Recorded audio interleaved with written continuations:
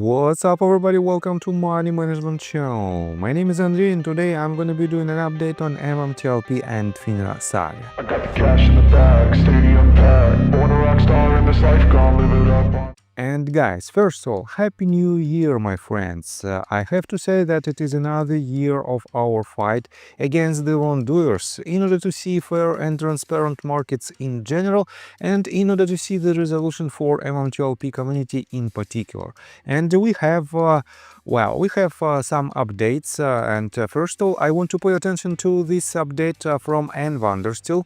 I have to admit that the main deadline is still is set on January the 12th, and in a minute I will remind you about this deadline. But first of all, Ann Vanderstill published this tweet. She wrote, "Happy New Year, MMTLP family. 2026 is the year of resolution for the MMTLP family.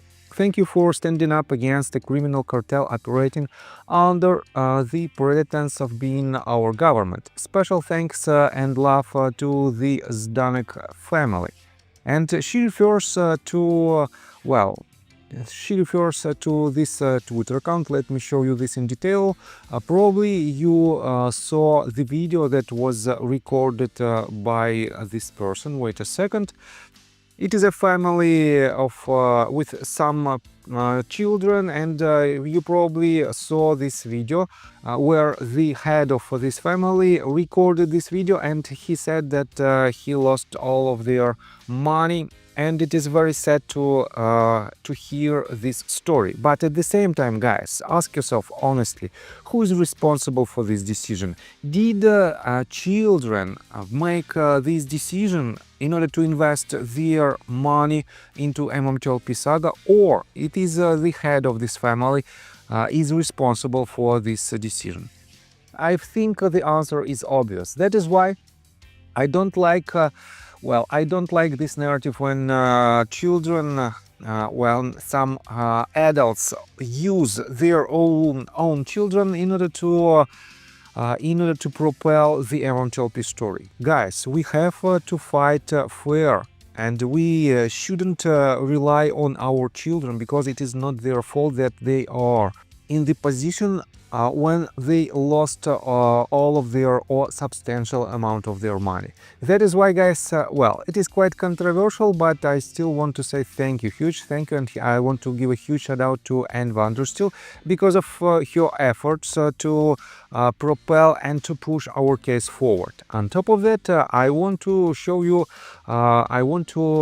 this news. Probably you remember Johnny Tobacco. He was hired by MMTLP back in 2023, I guess, in order to implement digital tokens and in order to track the activity of potential short sellers and in order to protect the retail investors. And here is another quite interesting update.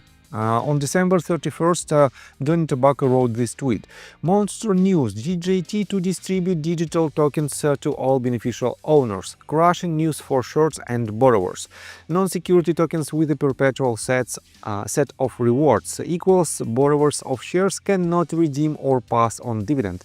Happy New Year." And as you can see, he also mentioned about MMTLP ticker, but I want to pay attention to this tweet. Ann Vanderstill, in response to what Johnny Tobacco, wrote this: "So the Trump Media Technology Group has figured out how to stop the naked short selling of their stock. Great news.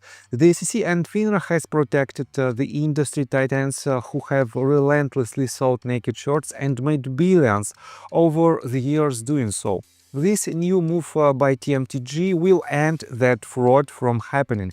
The MMTLP community still needs accountability, as do all investors who have been harmed by naked short selling like GME, AMC, etc. Well done, David Nunes." So, guys, I have to admit that, we have and the market has all the tools to stop the naked short selling activity, because a lot of retail investors might be confused and might be misled by people who said that shorting in general and naked shorting are similar procedures.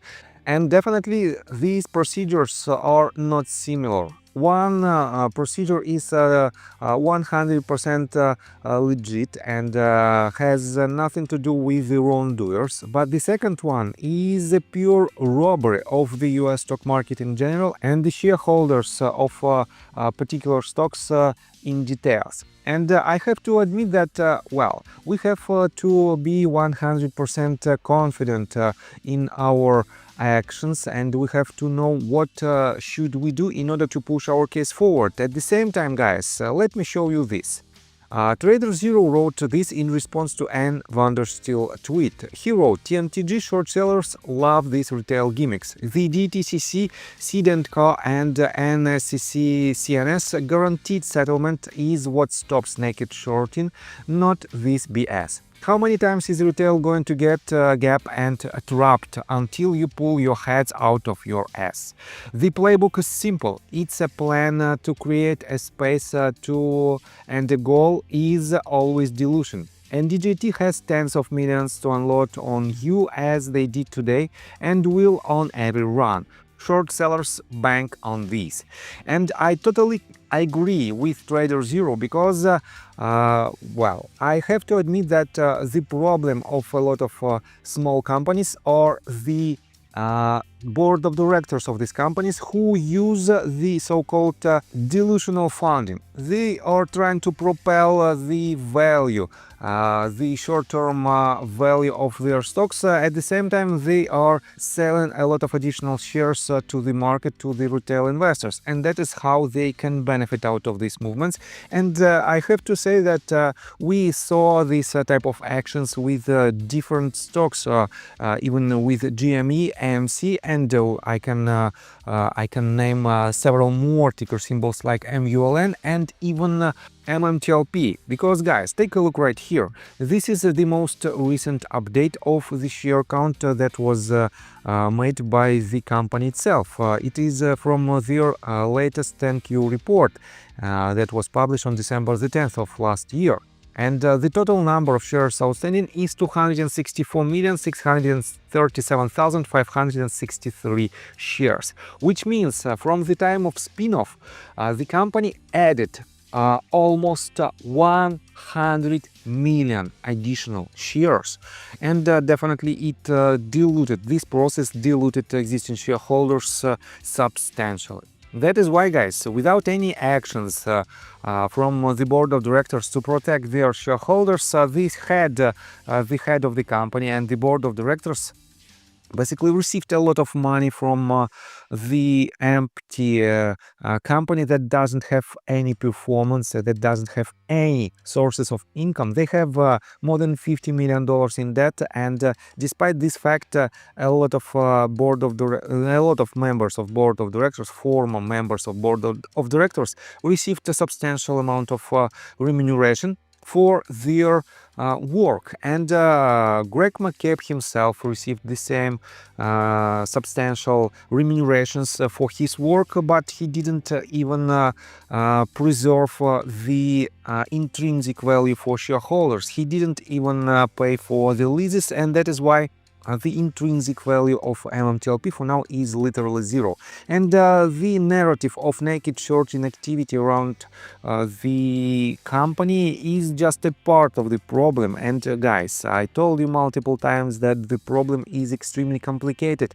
And we have several sites who were involved in these illegal or partially illegal procedures that was and the result of these actions was the current status of MMTLP story, and a lot of MMTLP shareholders lost their money. On top of that, guys, let me remind you that wait a second, we have a deadline that will take place on January the 12th, and Vandersteel will ask tricky questions to SEC, and she will do it, I believe, publicly, and I will show you what type of source you have to use in order to see this type of questions pretty much in a live session. And definitely I want to tell you that this might be very interesting and important answers that might shed a lot of light to this story, and that is why